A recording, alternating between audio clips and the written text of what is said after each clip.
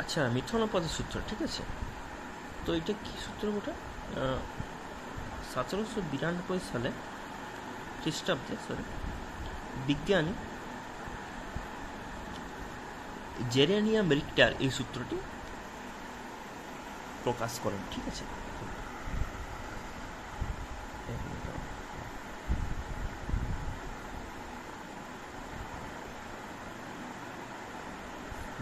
বিজ্ঞানীর নাম হচ্ছে জেরেনিয়াম রিক্টার।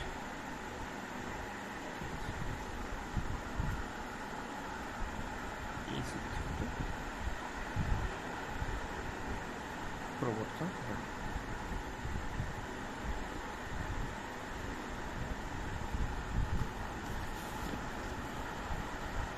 সূত্রটিকে বলছে নির্দিষ্ট ভরের একটি তৃতীয় মৌল কার্বনের সাথে দুটি নির্দিষ্ট ভরে একটি তৃতীয় মৌল সি, তাহলে নির্দিষ্ট ভরে লিখে নি সূত্রটা।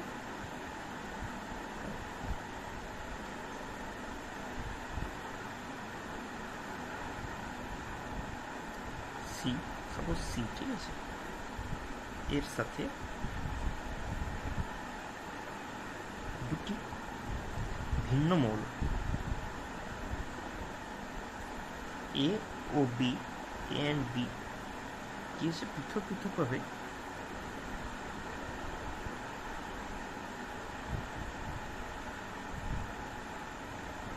যুক্ত হয়ে যৌগ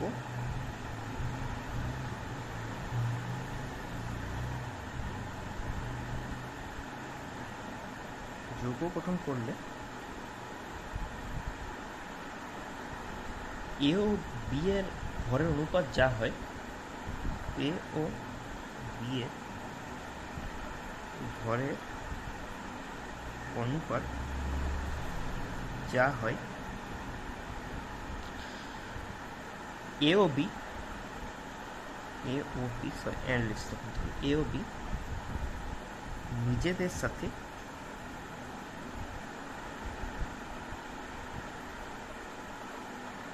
যুক্ত হয়ে যে যৌগ তৈরি করবে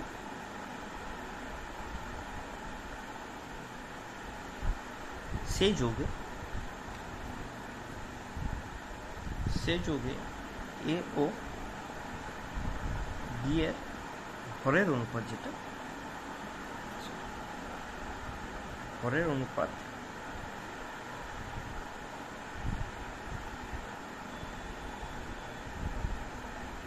পূর্বোক্ত অনুপাতের সমান হবে অথবা তার সরল গুণিতক হবে, ঠিক আছে।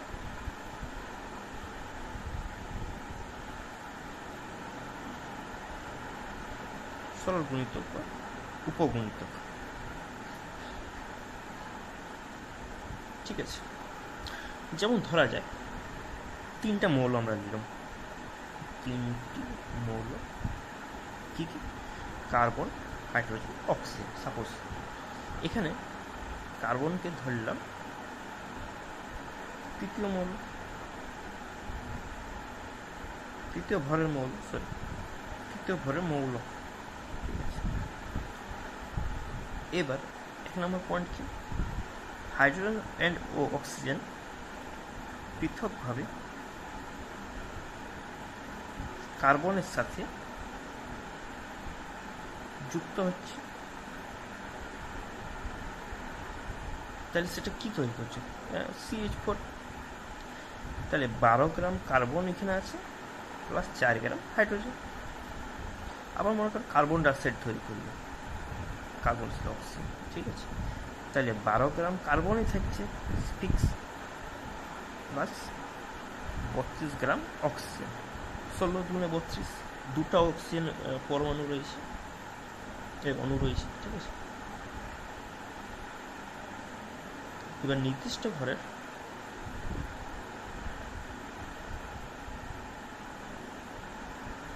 বারো গ্রাম কার্বনের সাথে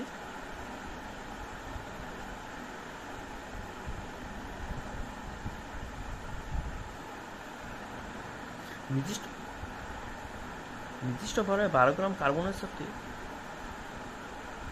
যুক্ত হয়ে যৌগ গঠন করে। কি যৌগ গঠন করছে? HNO, H2O। তাহলে H2O যদি দেখি 2 গ্রাম হাইড্রোজেন, নির্দিষ্ট ভরের 12 গ্রাম কার্বনের যুক্ত হয়ে HNO এর ভরের অনুপাত কত হবে? 4 into 32, তাহলে 1:8। আবার H ও অক্সিজেন নিজেদের মধ্যে যুক্ত হয়ে যৌগ গঠন করে। HNO কি ধরে গেছে? H2O। তাহলে H2O যদি আমরা দেখি তাহলে কি আছে? 2 গ্রাম হাইড্রোজেন আছে ও 16 গ্রাম অক্সিজেন রয়েছে, যুক্ত থাকে।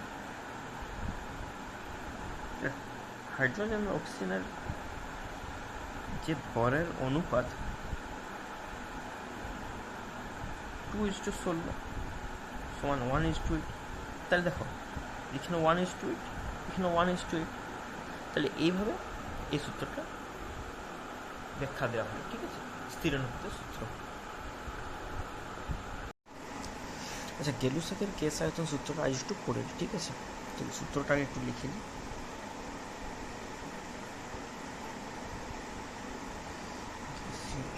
বিক্রিয়ায় অংশগ্রহণকারী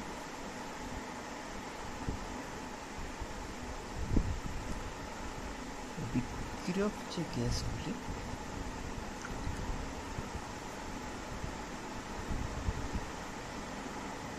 সমচাপ ও উষ্ণতায়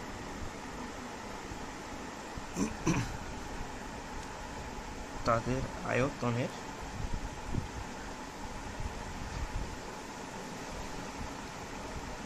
সরল অনুপাতে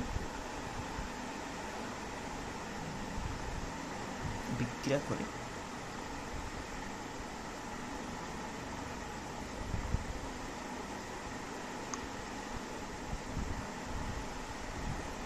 ও বিক্রিয়াজাত পদার্থ গ্যাসীয় হলে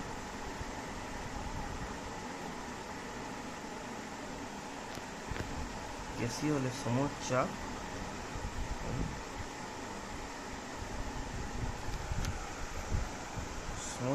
ও উষ্ণতায় বিক্রিয়াজাত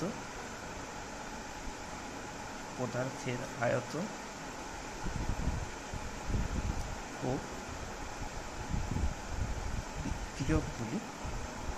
ও বিক্রিয়কগুলি আয়তনের সঙ্গে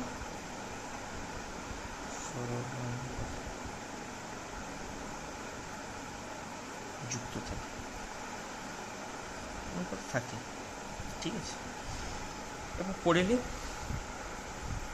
গ্যাসীয় বিক্রিয়ায় অংশগ্রহণকারী বিক্রিয়ক গ্যাসগুলি সমচাপ ও উষ্ণতায় তাদের আয়তনের সরলানুপাতে বিক্রিয়া করে ও বিক্রিয়াজাত পদার্থ গ্যাসীয় হলে সমচাপ ও উষ্ণতায় বিক্রিয়াজাত পদার্থের আয়তন ও বিক্রিয়কগুলি আয়তনের সরলানুপাতে যুক্ত থাকে।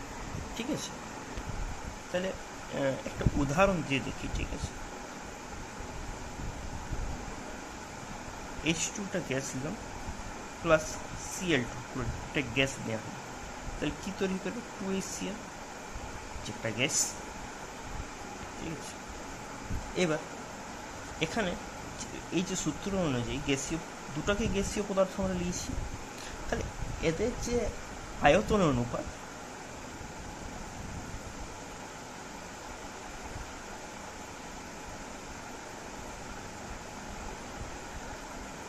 এদের আয়তন অনুপাত কি হবে? একটা হাইড্রোজেন আছে, ওয়ান এসে এখানে একটা আছে, একটা হাইড্রোজেন, এখানে একটা ক্লোরিন, এখানে দুটো এসছে, তাহলে H2 তাহলে এটাই বলা হচ্ছে যে এদের আয়তন অনুপাত এখানে সরল অনুপাতে যুক্ত থাকবে ও পদার্থ তৈরি করবে। এখানে লিখে দিই সরল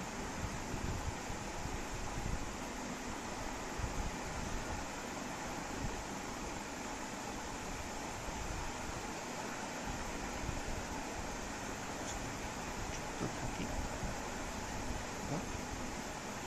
পদার্থ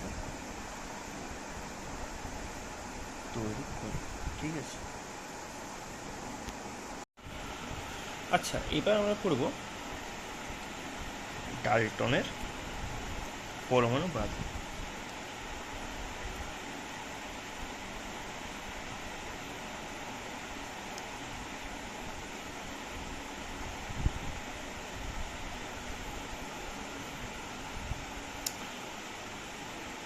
তাহলে ডাল্টনের পরমাণুটা কি?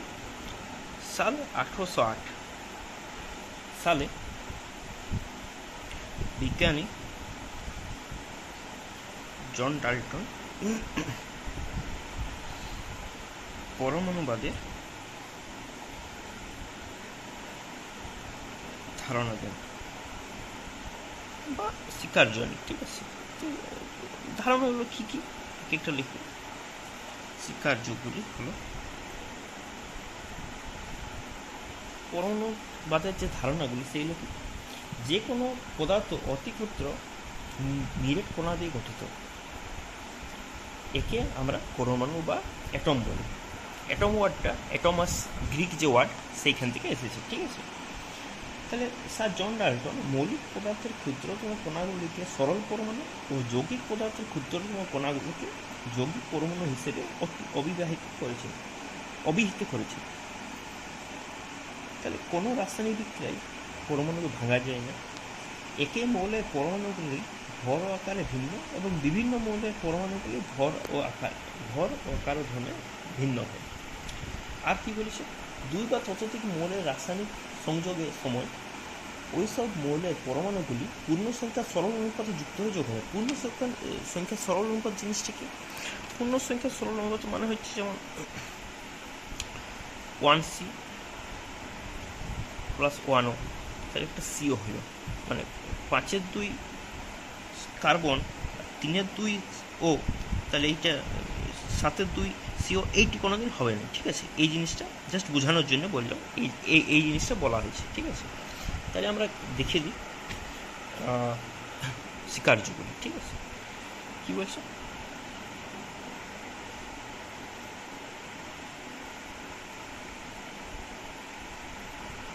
কোনো রাসায়নিক বিক্রিয়ায়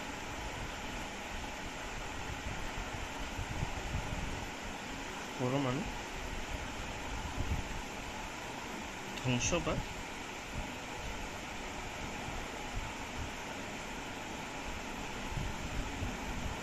সৃষ্টি করা যায়। আবার যে কোনো পদার্থ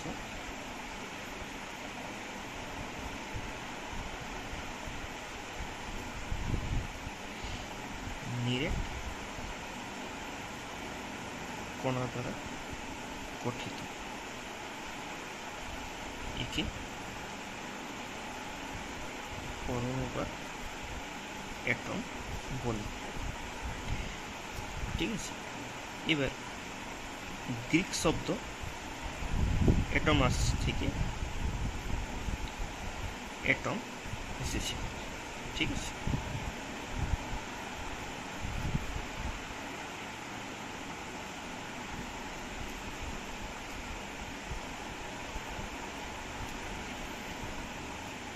ডাল্টনের মতে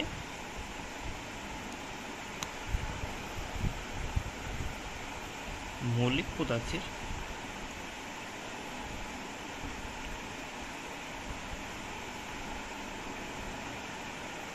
ক্ষুদ্রতম কণাগুলিকে সরল পরমাণু ও যে যৌগিক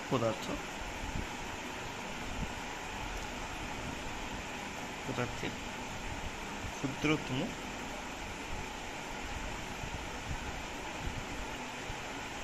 কণাগুলিকে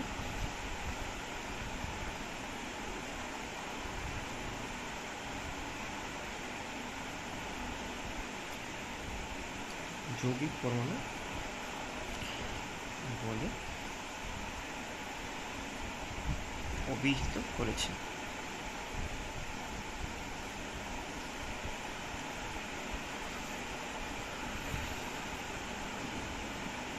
কার্যগুলি দেখি, ঠিক আছে।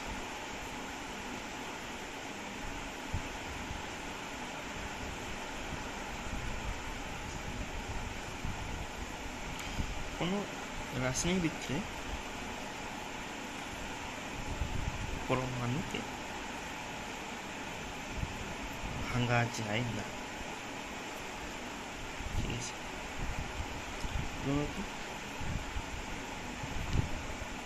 একই মৌলের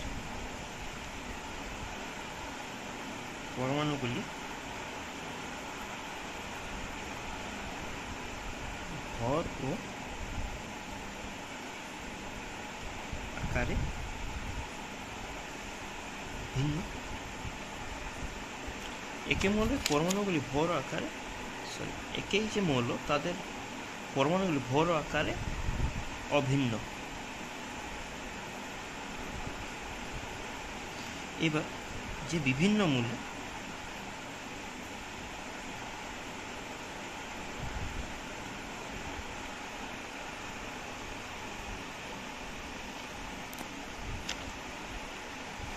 বিভিন্ন মৌলের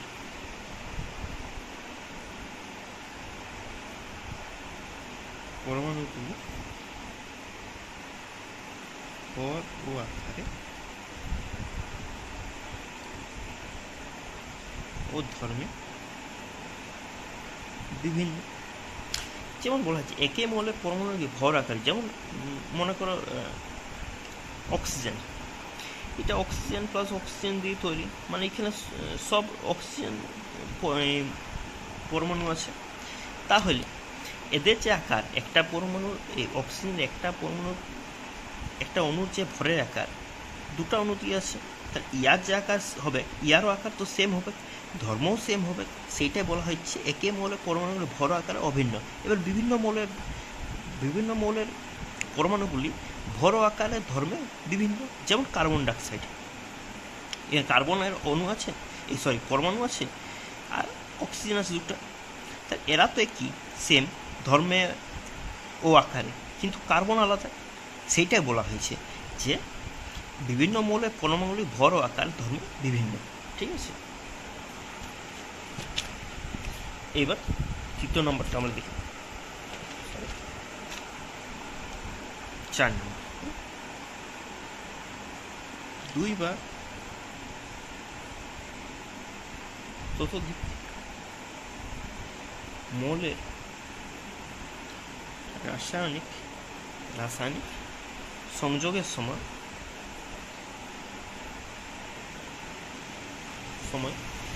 ওইসব মৌলের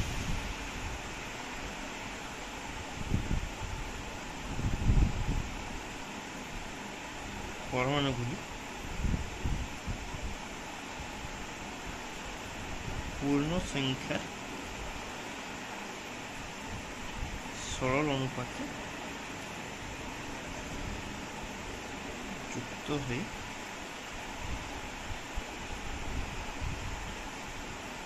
যৌগ গঠন করে, ঠিক আছে। কি বলছে, 2 বা ততোধিক মৌলের রাসায়নিক সংযোগের সময় ওইসব মৌলের পরমাণুগুলি পূর্ণ সংখ্যার সরল অনুপাতে যুক্ত হয়ে যৌগ গঠন করে, ঠিক আছে। যেমন C+O2, এখানে কার্বন ডাইঅক্সাইড তৈরি হচ্ছে, C একটা, কার্বন একটা, কার্বন একটা। তাহলে এখানে পূর্ণ সংখ্যা সরল নতুন যুক্ত হচ্ছে, মানে 1:1:1। কোনো দিল এটা হবে নয় যে হাফ সি প্লাস 3/2O2 এগুলো 5/2 CO2, এইটি কোনো দিনও হবে না, এইটি হবে। সেটা বোঝানো হয়েছে 4 নম্বর শিকারি। ঠিক আছে, এই হচ্ছে ডাল্টনের পরমাণু। এবার আছে পারমাণবিক ভর একক। পারমাণবিক ভর একক কি?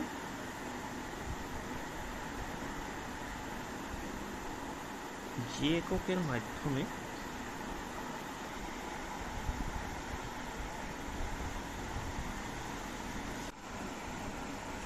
কোনো মৌলের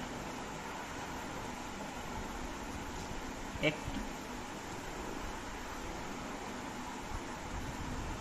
পরমাণুর প্রকৃত ভর প্রকাশ করা হয়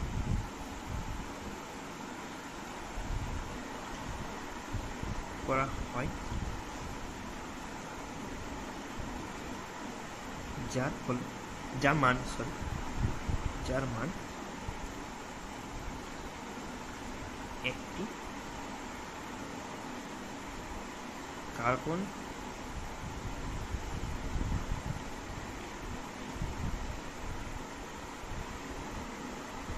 পরমাণুর ভরের 1/12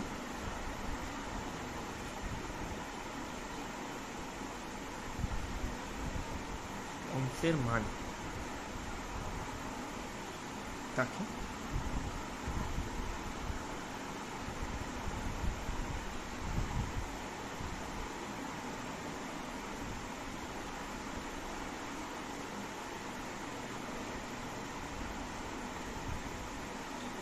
বলে পারমাণবিক ভর একক বা ANU, অ্যাটমিক মাস ইউনিট বলে। তাহলে 1 অ্যাটমিক মাস ইউনিট সমান আমরা কি লিখতে পারি?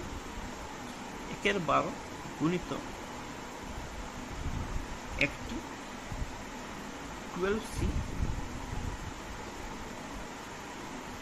পরমাণু ভর। তাহলে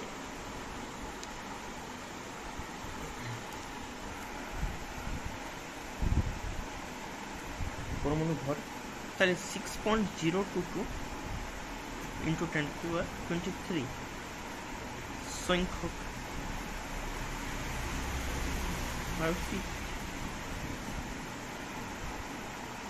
পরমাণু ভর সমান 12 গ্রাম। তাহলে একটি 12C পরমাণু ভর আমরা কি লিখতে পারি? 12/6.022 10⁻23 গ্রাম। তাহলে 1 অ্যাটমিক মাস ইউনিট সমান কি লিখবো? 1/12 into 12/6.022 and 10⁻23 গ্রাম সমান 1/Na, মানে 1.6605 into 10⁻23 গ্রাম। তাহলে 16 অক্সিজেন পরমাণুর ভর কি?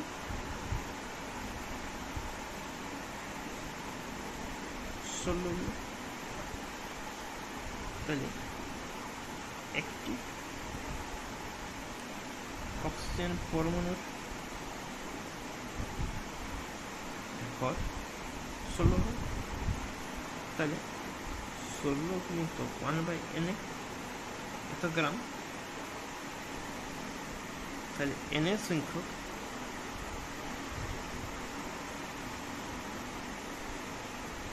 অক্সিজেন পরমাণু ভর আমরা কি লিখতে পারি? 16 into 1/Na গুণিত Na 16 গ্রাম। এই হচ্ছে পারমাণবিক ভর। আজ যেটা পড়বো সেটা হচ্ছে অ্যাভোগাড্রো সূত্র। অ্যাভোগাড্রো সূত্র কি বলছে? একে তাপমাত্রা ও চাপে সময় আয়তন সকল গ্যাসের সমসংখ্যক অণু বর্তমান করে একে অ্যাভোগাড্রো সংখ্যা বলে, যার মান হচ্ছে, যাকে আমরা Na দ্বারা প্রকাশ করি, যার মান হচ্ছে 6.022 into 10⁻23। ঠিক আছে, তাহলে লিখি প্রথমে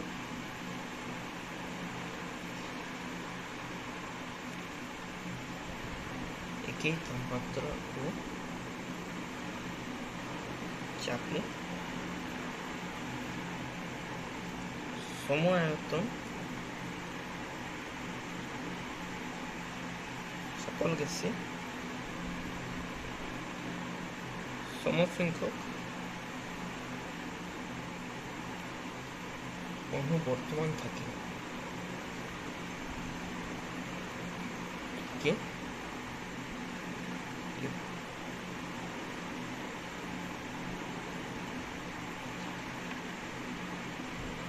অ্যাভোগাড্রোর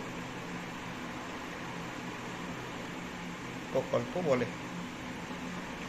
যার মান হচ্ছে এন এ দিয়ে আমরা প্রকাশ করি, ঠিক আছে, যার মান হচ্ছে 0.622 × 10⁻23 এত সংখ্যক, ঠিক আছে। এবার একটা গাণিতিক রূপটা দেখি, গাণিতিক রূপ বা ম্যাথমেটিক্যাল ফর্ম, ঠিক আছে। যাই হোক, গাণিতিক ফর্মটা আমরা দেখব। কি আছে, একই চাপ ও তাপমাত্রা, মানে স্থির চাপ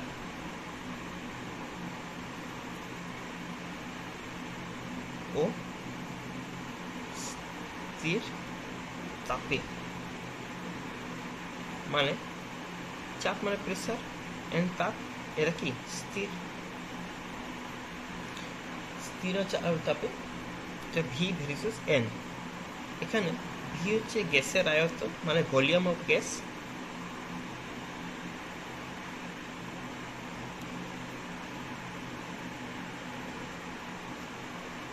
আর ই হচ্ছে গ্যাসের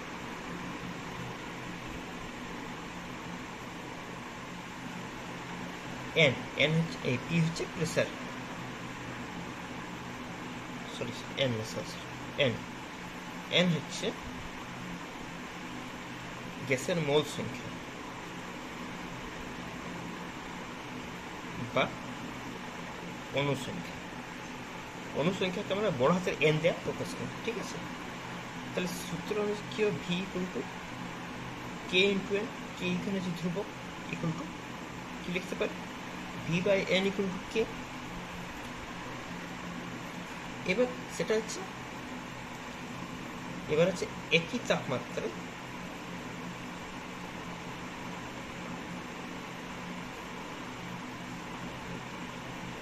ও চাপে দুটি ভিন্ন গ্যাসের ক্ষেত্রে কি হবে, এই সূত্র V1 by N1 equal to V2 by N2, ঠিক আছে। তো এটা হচ্ছে অ্যাভোগাড্রোর সূত্র। এই যে ম্যাথমেটিক্যাল ফর্মুলাগুলো আছে, এগুলো বিভিন্ন রকমের অঙ্ক করতে 11-12 যে অঙ্কগুলো সেগুলো করতে সাহায্য, ঠিক আছে। আজকের মতো এটুকু শেষ, থ্যাংক ইউ।